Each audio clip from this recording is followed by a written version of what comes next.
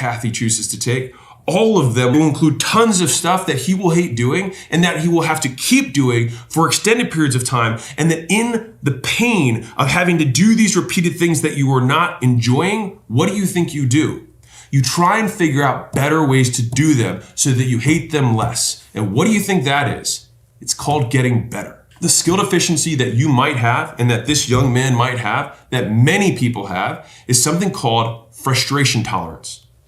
It's the number of times that you can be rejected and try again. And here's the best part. It's learnable, which means it's a skill. So let me give you an example. So think of the guy at the club who tries to make out with every girl. In romance, very cringy. Do not do that.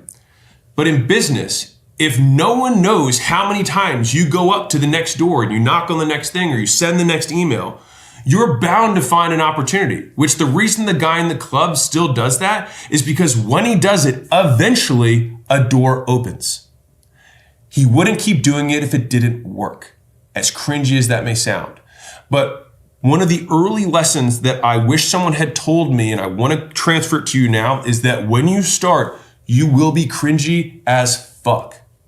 You will be awkward. You will be weird. People will look at you. The people you're friends with, people you're dating, hopefully not for long, will make you feel like you're being not cool. And the reality is they're right. Because when you start, you will suck and you will have no reputation. You will have no track record. And is that a reason to not do it?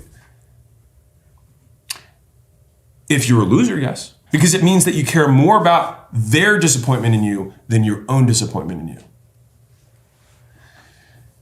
And some people never care enough about their own opinion that they let everyone else's opinions literally rule the rest of their lives. And these are people who won't even be at your funeral. People who you went to high school with, people you went to college with, people that you're coworkers. You know there's probably right now in your head, you're like, oh, what would other people say? There's probably only 3 people whose opinions you actually care about. Might even just be one.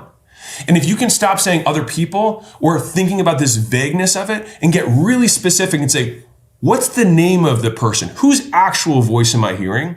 If you then just get to ask the question, is this person's opinion of how I live my life going to be the most important thing that I spend the next 80 years listening to? If the answer is yes, then more power to you.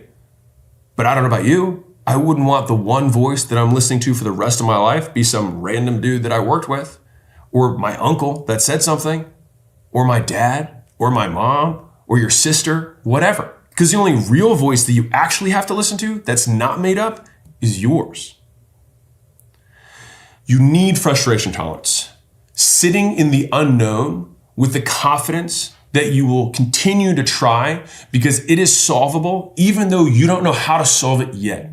It just comes down to that. It comes down to knocking on more doors. It comes down to trying to build the web page again when there's a bug and it doesn't work.